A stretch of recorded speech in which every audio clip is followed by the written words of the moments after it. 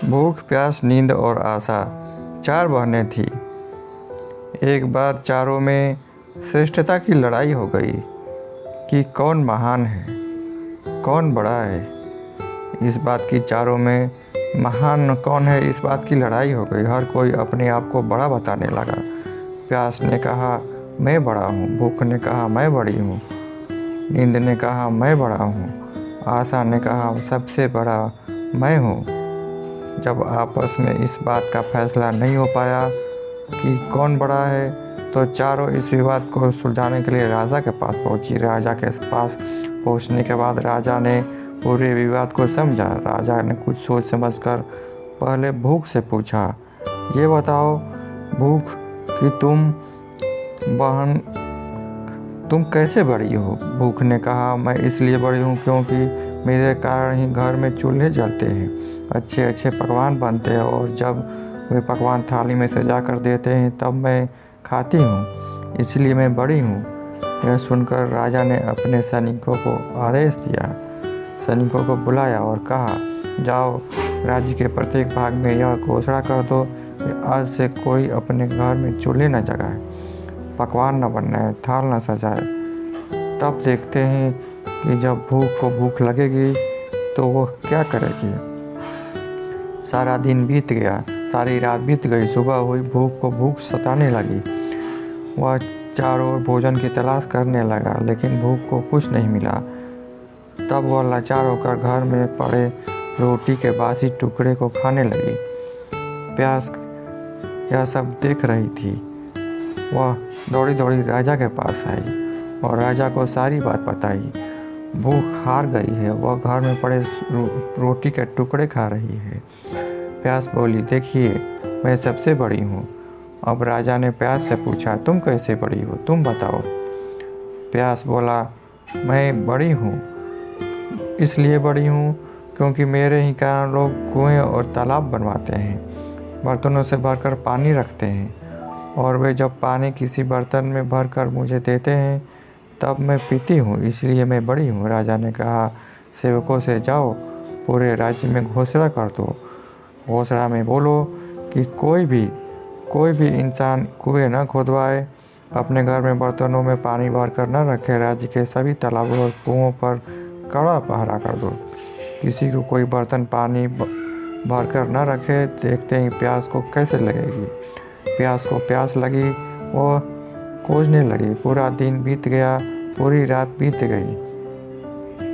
बाद में प्यास बिताने के लिए वह तदर भटकने लगे। उसे जब कहीं भी पानी की एक बूंद नहीं मिली तो मजबूर होकर झुककर एक गड्ढे का पानी पीने लगी। नींद यह सब देख रहा था। उसने तुरंत राजा को यह सब बताया कि प्यास हार गई है, प्यास गड्ढे की पानी पी रही है, इसलिए मैं बड़ा हूँ।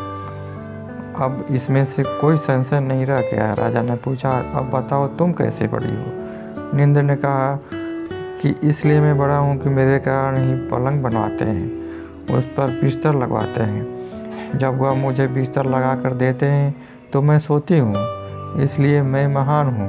मेरे कारण ही पलंग बनते हैं, नहीं तो मैं नहीं सोती। अब राजा ने अपने सैनिकों को आदेश दिया राज्य में बोल दो कि पलंग न बनवाएं, बिस्तर न डलवाएं। जब नींद को नींद आएगी तब देखते हैं कि वह क्या करेगी।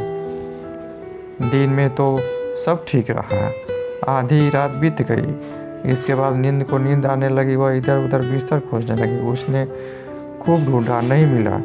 मजबूर होकर ऊबड़ खाबड़ ज़मीन पर ही लेट गई। आशा यह सब देख रही थी। वह तुरंत राजा के पास पहुंच गई, राजा को सारी बात बताई। राजा ने बोला एक ऐसे तो नींद हार गई है, नर्म बिस्तर की जगह वो ऊपर खाबर जगह पर सो गई है। वास्तव में भूख प्यास नींद तीनों में मैं बड़ी हूँ। राजा ने पूछा तुम बताओ तुम कैसे बड़ी हो।